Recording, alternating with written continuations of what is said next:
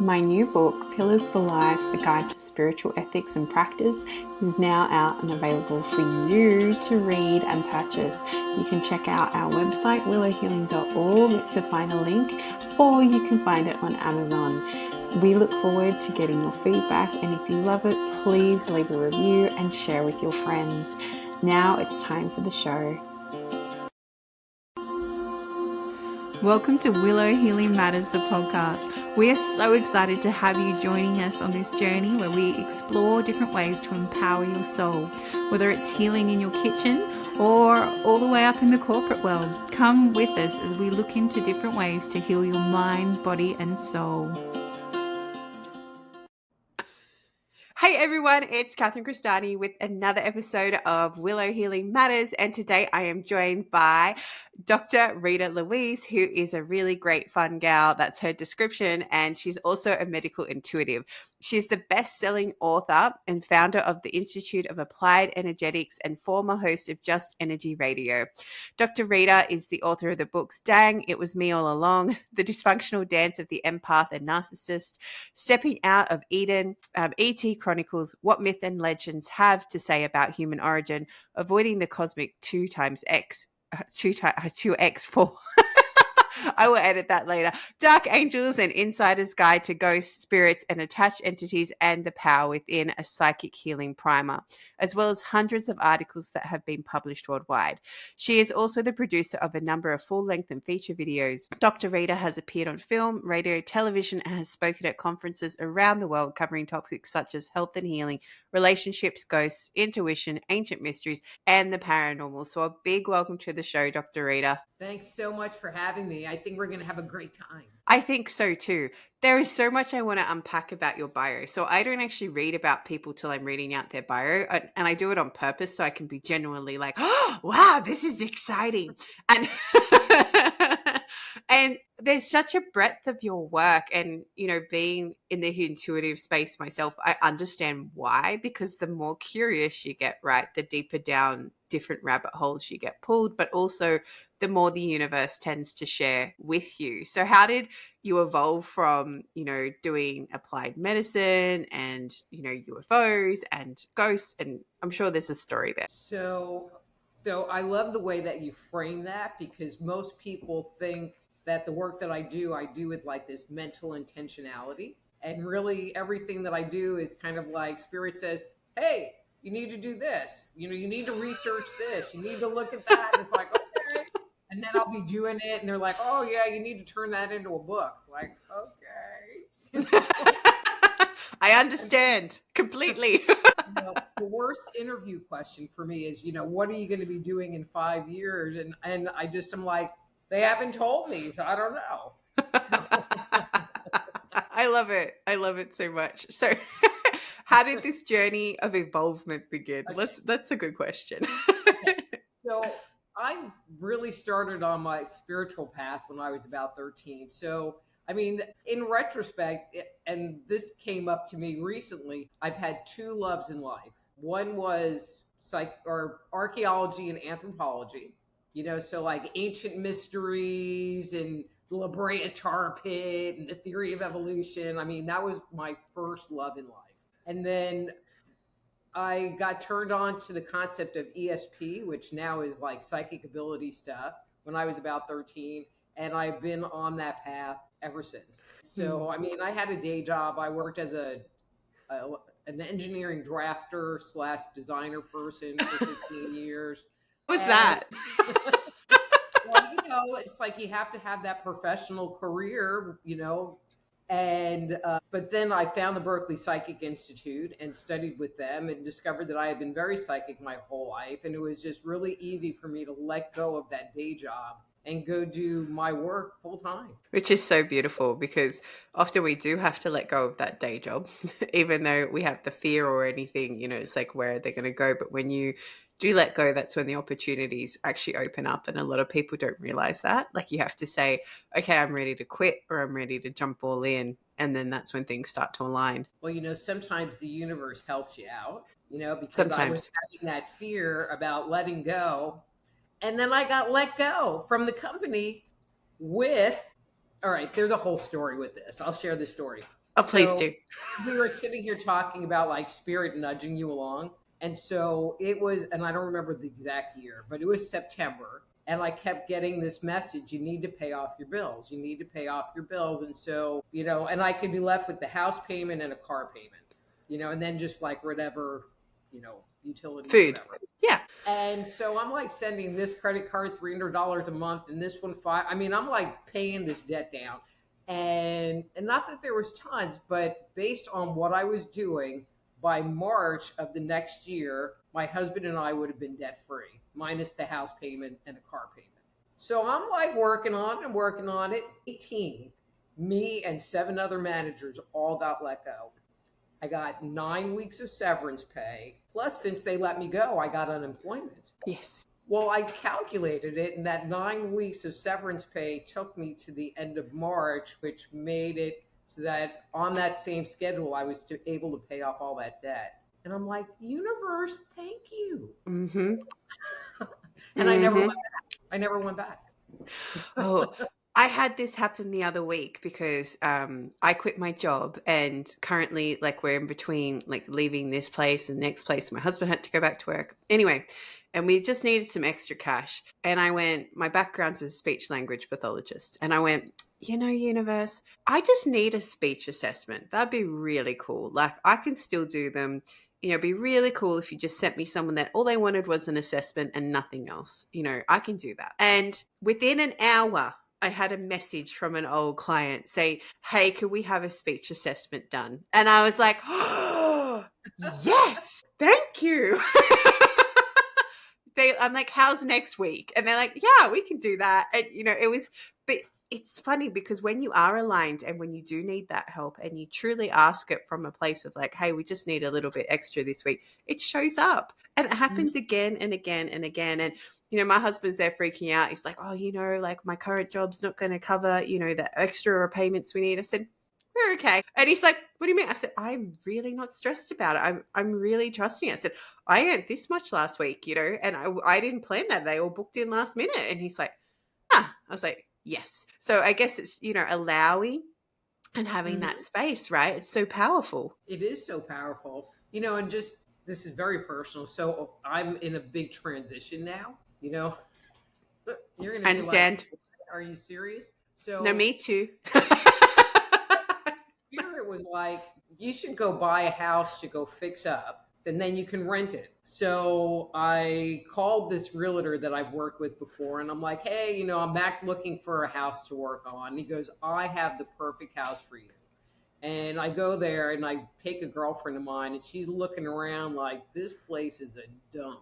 I mean, there was no sheetrock on the wall. I mean, it was bad. But it had really great bones and the price was right. And I'm like, okay, because you're really gonna buy this? I'm like, yeah. So I worked on that for a really super long time. I finished it 4th of July week, but now it's like, okay, well now you have all this like free time, and there's this part of me, like the ego part of me, going, okay, but you need to be busy. You need to like find stuff to do, but I don't know what, because spirit's not saying, hey, this is your next move. I mean, the house was very clearly their move. And so I've been trying to practice patience and just allowing. And it's a little challenging at times. I'm same and I journal and I just keep getting trust and surrender, trust and surrender. And I'm like, can I have a timeline?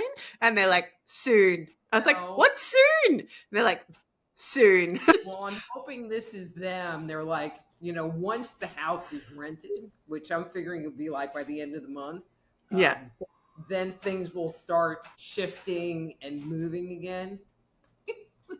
Well, we're coming out of Mercury retro. So anyone listening, we're filming this like in the midst of Mercury retrograde. So, it's a time to finish up projects and then new ones to come out, right? So, yeah, I love that. Actually, I'm going to talk to you after the show because they're giving me a message for you. So I'm going to share that later. Yes. All right. We will unpack that later. So they say later, later. Okay. Tell me a bit about medical intuition and how that came about. Okay, so as I said, I went to the Berkeley Psychic Institute and studied with them.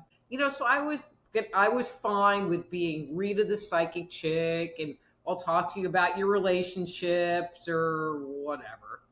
But I volunteered at a healing clinic, and they were all doing Reiki, and I had like my two little chairs, and I would do energy work on them. But as I was doing the energy work, I'm always finding their health stuff. It's like, I see this line of energy in their gut, and I'm like, hysterectomy or, whatever. I don't know. I would like, or they would have like their back would be messed up, and I'd go, do you have scoliosis? And I realized that there are a lot of people that do intuitive work that they don't get the health issue stuff. Because when you do intuitive work, it's like we all have our channels. So like people that are mediums, they talk to dead people. I don't talk to dead people. Um, they might want to talk to me, but I don't want to talk back. And so apparently this whole health thing, is just very apparent to me. And so what the first thing that people would ask is, well, what can I do about it? So I ended up going back to school and getting a degree as a naturopath so that I could say, hey, maybe take these supplements, or, this is the emotional piece. And actually, and I date myself here really bad. I was doing this work long before Carolyn Mays came out with her book Anatomy of Spirit, and the term medical intuition came into use. Yeah, it's so interesting because I went down that path for 5 minutes, say for 5 minutes. But because I could always feel other people's pain, and I didn't know that. And it was just I was listening to a podcast, and this is like the universe leaving you little breadcrumbs, right? And it's like, hey, we're interviewing medical intuitive, blah blah blah blah blah. Come do the course, and I'm like, oh, and I got you need to do this course, and I was like, all right, but I don't have the money for that. They're like, we'll make it appear. And then the next day, again, an old client who owed me the exact amount that the course was decided to pay me after, 12 months. I was like, oh, thank you very much. I'm going to do that. Thank you. And, but the best thing I learned about that, because I was doing sessions for free on people to tune in, but the best things I learned was, and this is nothing's ever wasted, right? So the first thing I learned was how to turn it off so I don't feel everybody else. And secondly, it led me to study herbalism because I keep getting herbs for all these people. And I'm like, I don't know what these do. What do they do? I have no idea. Like it's just like a bit like you're like, I don't know what these medical conditions are. How can I actually help these people? Same thing. And then I realized that I don't fit well with structure because the person that taught the course had this very fixed structure of things. And I'm like, oh, this feels icky. And whenever I did it, I felt like really out. And then I just was like, nah, I'm just going to trust where I'm pulled. And that was more powerful than actually, having that structure and that sort of thing. Mm-hmm. So that's where I was like, I don't fit into boxes. I need to just take what works for me and then just be that space. And that's how my intuitive healing kind of evolved in itself too. Mm-hmm. But I can understand in the educational area Yeah, where you want definitely. structure, but if you're any good, then you just kind of do whatever you want, and you do whatever spirit tells you to do. And it's like, but, but I hear you. So I do a lot of health work with people, and my methodology is tell me what's wrong, so you have a digestive issue, you have whatever, tell me what your symptoms are, because I can spend an hour looking for them, or you could just tell me because you already know what they are. And and then we can spend the time working on digging into it deeper, So anyway, but I've had clients where I just get like weird stuff in my head. My personal favorite is I'm working with this lady who has this kidney thing going on. And so I'm like, okay, well, what would be a good remedy for it? And there's like traditional things that you would recommend for a kidney issue, Like like, nettle. Yeah. Yeah. yeah, or Water. that too. But anyway, but corn silk and uber ursi. But, I was going through my repertoire of stuff, and it was like nothing was feeling right. And I get the word hydrangea Oh, in my, wow. and I'm like, huh? And I'm thinking, I have hydrangeas growing in my yard, so, huh? But I have become a listen and validate kind of gal, and it's like, uses of hydrangea, kidney issues, and it was like exactly what she needed. It's amazing, isn't it? I know. Yeah. I had a catnip come up for a client, Had and what come up? catnip. You know, catnip, like what you give cats. Yeah, and I was like, and she goes, "Isn't that for cats?" And I was like, "Let's see it, search." And it was sure enough, it was for anxiety, and she had massive anxiety. It was like the perfect remedy for her, exactly like you said. And I was like, "Wow, I've learned Uh-huh. something." Yeah, exactly. But you know, if you were letting your ego come in, it'd be like, oh, catnip. Yeah, okay, whatever. You know, maybe she likes cats. But yeah, I mean, but just some weird stuff. I had this one lady who had, I don't know, complaints about headaches. I don't really remember what her complaints were. And I'm talking to her, and I just kept seeing the image. I'm very visual. I mean, I'm a feeler, but I'm primarily visual. I just kept seeing like this water sloshing around in her head and sloshing around. And I just was like, it's like you have water on your brain. And this is like, I don't even know what the hell I'm talking about, you know? And it was before my listen and validate Hmm. phase, you know? And she was like, nah, nah, nah, my mother has the same thing. Rah, rah, rah, rah, rah. So she's not listening to me, you know, our time's up. And I'm like, okay, well, good luck. So then I look up water on the brain, and she had all the symptoms of it, and it was genetic, Oh, you know, or it could run in a family kind of thing. yeah, yeah. You know, it was funny. I had this client, a speech pathology client. That's my background. And anyway, and he had epilepsy and he had all these things kind of happening with him. And his mum's like, oh, we just can't find the right treatment. Anyway, so this weird, I'm like working with him and this weird word came through and I had I could see the word, but I couldn't pronounce it or anything. So I wrote it down as best I could. The nearest thing I had was like one of those erase boards, you know, you write on them and yeah, like an etch a sketch, right? So I'm like, okay, I'm just going to quickly write it on here because I still had the client in front of me. And then I quickly went and searched it, and then Google managed to auto correct it. And it was this trial drug or something that was being used for people with epilepsy. And I was like, what? And anyway, and then the mum came in and I hadn't told her I do all this stuff, right? So I'm like, okay, I'm going to share a bit of a journey with you to understand how I came to this. Take it whatever value you like. And so I'm like, you know, this is what happened. This word came to me. I wrote it down, you know, blah, blah, blah, blah, blah.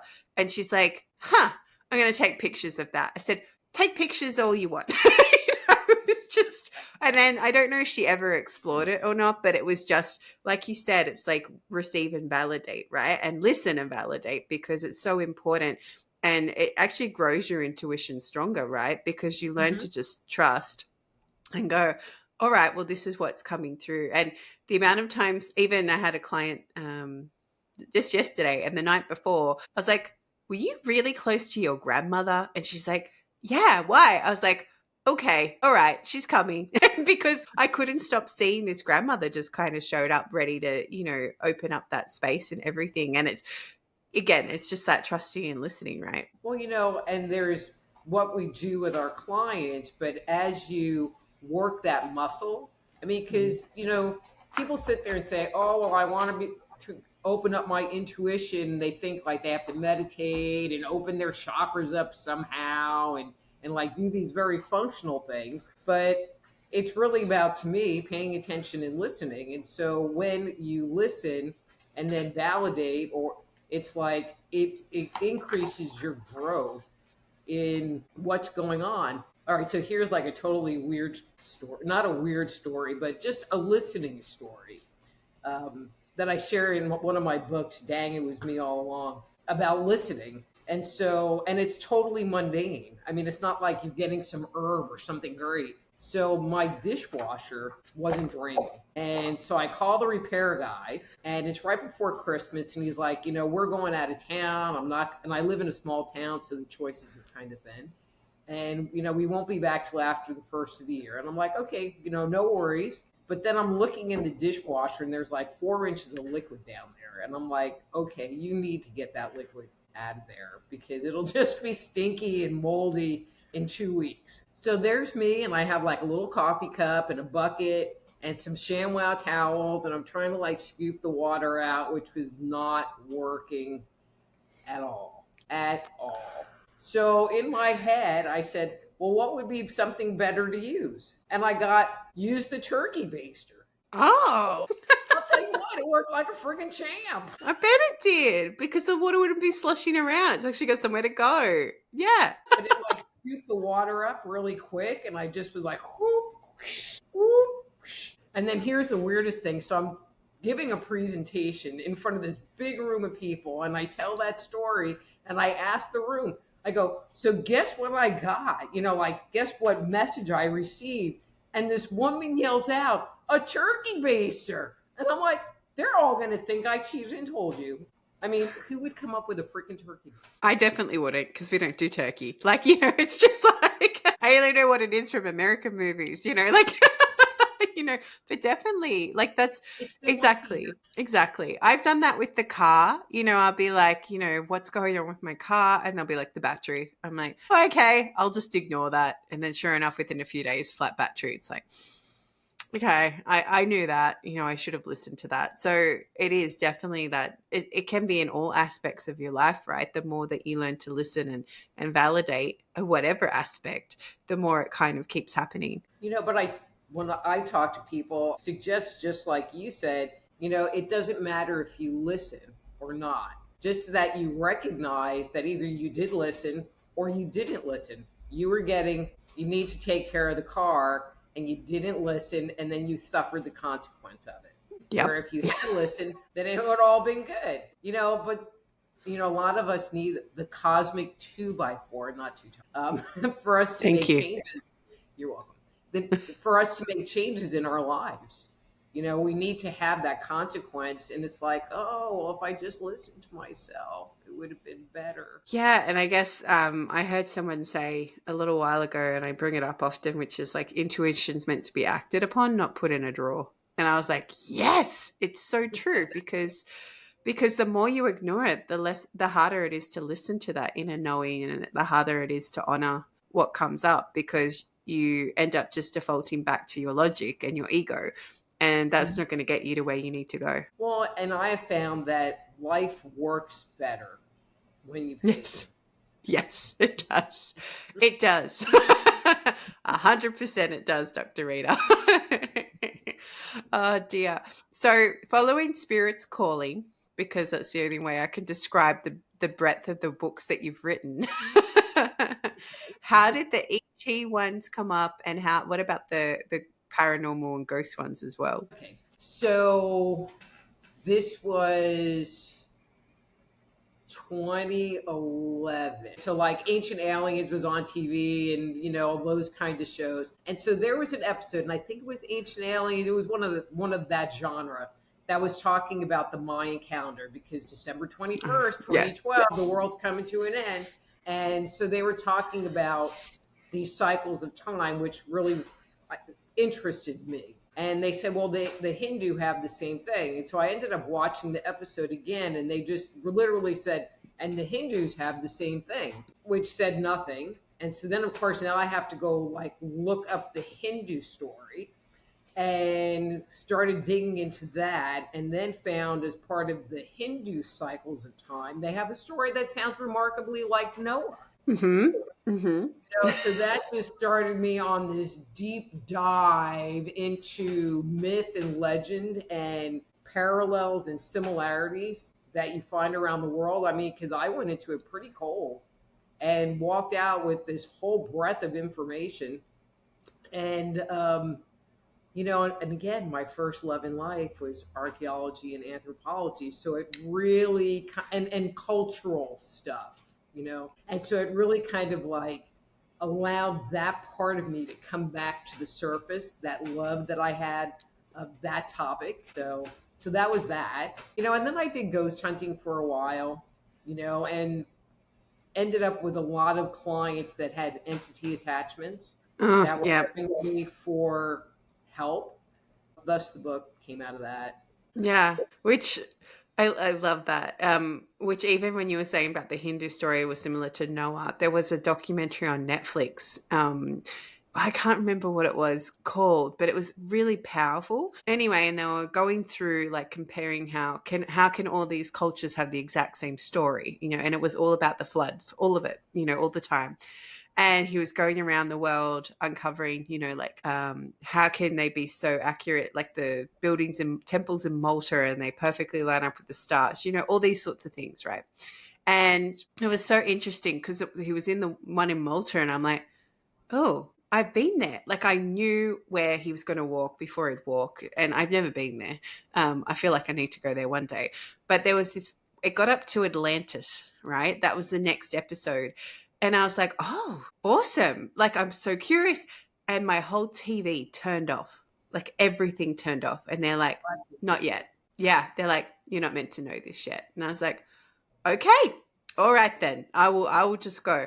And then I had a few experiences after that. And then when I watched that, I was like, oh, there's some truth there, but there's not full truth there. And like it's really interesting what comes through when you're like really open to that, and they're like, you're going to write a book about the truth one day. And I was like, of course I am. Thank you for that. And they're like, not anytime soon, just one day. I was like, all right, thank you. And it's exactly like you said, you just have Mhm. to listen and then validate. But sometimes you don't get that validation straight away either, because you might get that intuitive hit before everyone else does, and you just have to wait, and then it will be validated. And that sometimes I find is the hardest part, is that trusting, Mhm. especially when you meet somebody and everyone else is telling you how amazing they are, and you're there going, mm-mm, nah, Mm. no, exactly.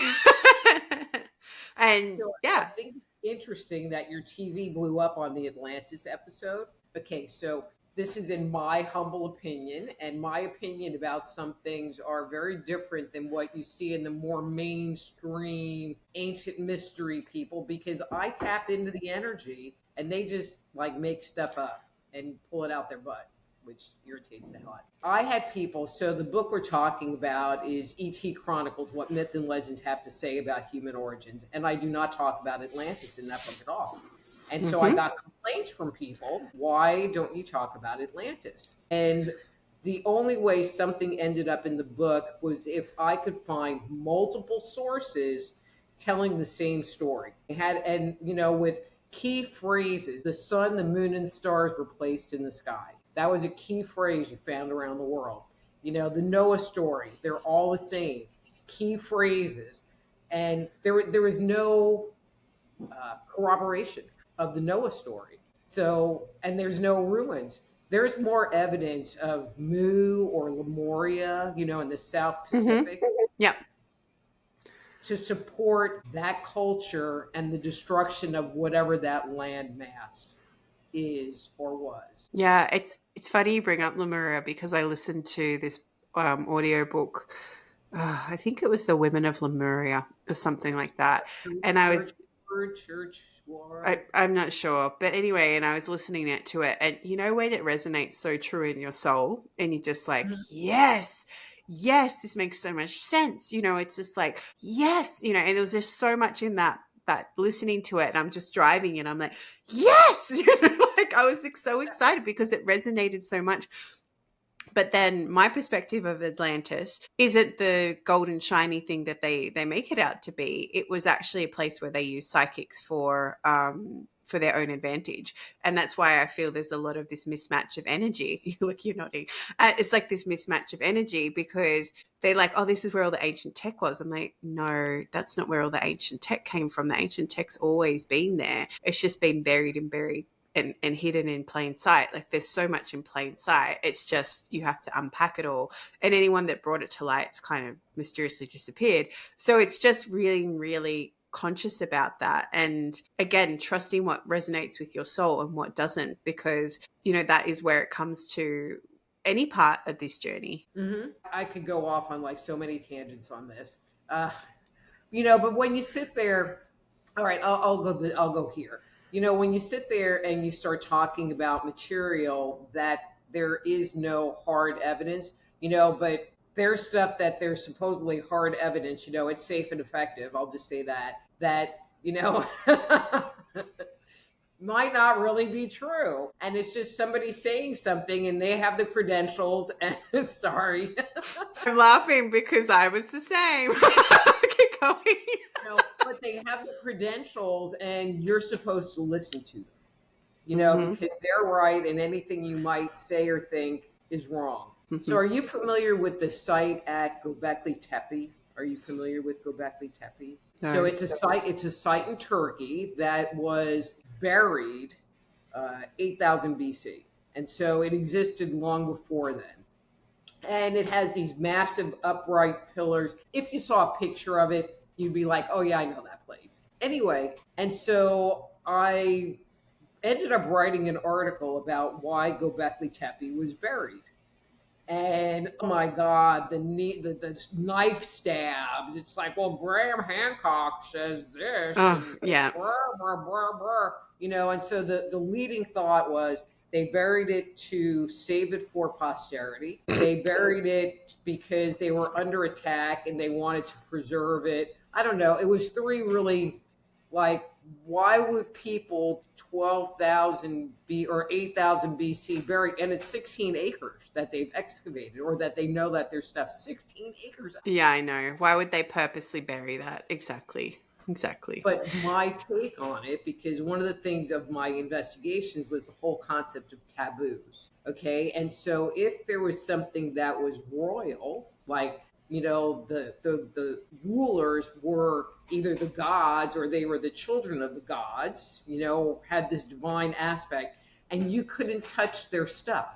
You couldn't walk on the ground they walked on. You couldn't drink out of their cup. You had to be like the Levites that went into the Holy of Holies and have breastplates and this whole ritual thing, and they could touch it, but nobody else could, and you would become unholy or whatever, or the thing would become unholy. So my take on it was this place was such a sacred site to these people back then that they buried it, because if somebody came along 50 years from now and picked up a rock from that site and took it to their house, they would be breaking a taboo and they would enact the spirits against them. Now, doesn't that make more sense than they were saving it for the future? Yes, 100% it does. 100%. And it's just, we've been so lied to, like on so many aspects of every part of our lives. And when you start to unpack it, it actually takes you a moment to it's almost like you get that deer in headlight moment. That's what happened with me. Like I was watching this documentary and I knew in my heart it was so true, but it took my brain a little bit longer to catch up to it, because it's just, we've been so conditioned that this is how things went and things like that. And then I had all these flashbacks to when I was learning about it and asking questions that no one could answer. So I already knew in my heart, which is why it was easier to accept.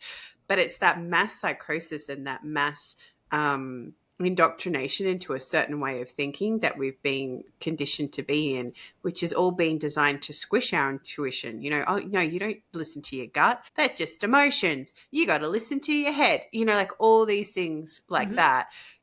Oh, you can't stand up and share what you can do in the world. This is like in Australia, we have a thing called tall poppy syndrome.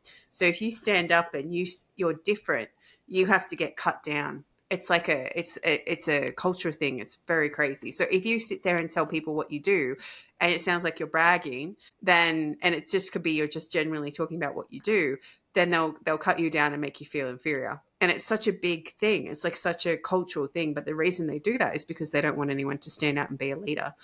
So it's like the more you learn about the reasons they do these things, the more you sit there and go, how much do I have to unlearn? And I feel that's why we've chosen to incarnate on earth at this time, right? Where we're just here to unpack it all and share it with people. There's so much, I'm going to say weird, because I don't even know how else to say it. So much weird. And, I'm going to kind of throw the evil word in there, like not good stuff going on that people are doing to other people. Did that It's follow? terrible. Yeah. But I find it easier, and this is my line, and I'm sticking to it. It's easier for me to believe that a group of reptilians are living in underground bases, controlling everything, than it is to think that these people, you know, elected officials, billionaires, or whatever, are so freaking evil that they would do this stuff. I mean, Mm. it's just my mind can't own it. Yeah. It just can't own it. Yeah. I completely understand, and I'll unpack more with you soon.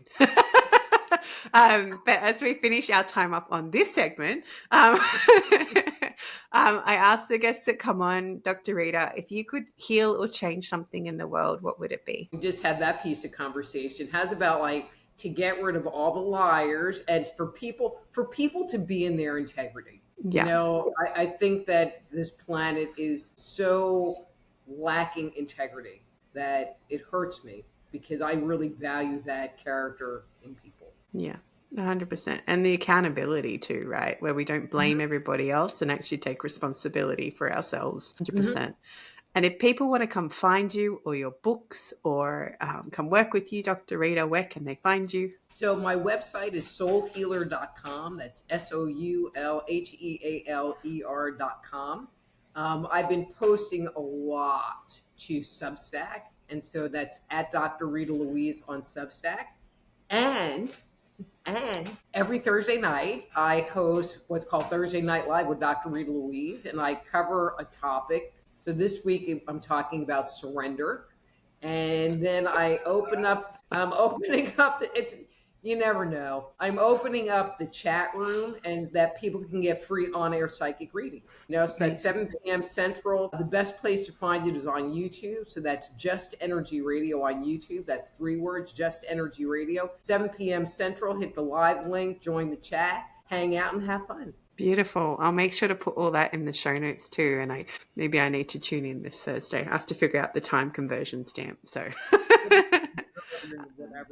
Whatever. whatever. But thank you. So, Yeah, because it would be tomorrow in 15 minutes. oh, okay. Yeah, I could do that. I think if I don't have an appointment, who knows? Anyway, we'll figure it out. So thank you so much for being on the show, Dr. Rita. And thank you for sharing your journey and a bit about what you do. I absolutely love it. Thank you so much. Thank you so much. Thank you for listening to Willow Healing Matters, the podcast. We have so much love and gratitude that you have taken the time out of your day to empower you on your healing journey.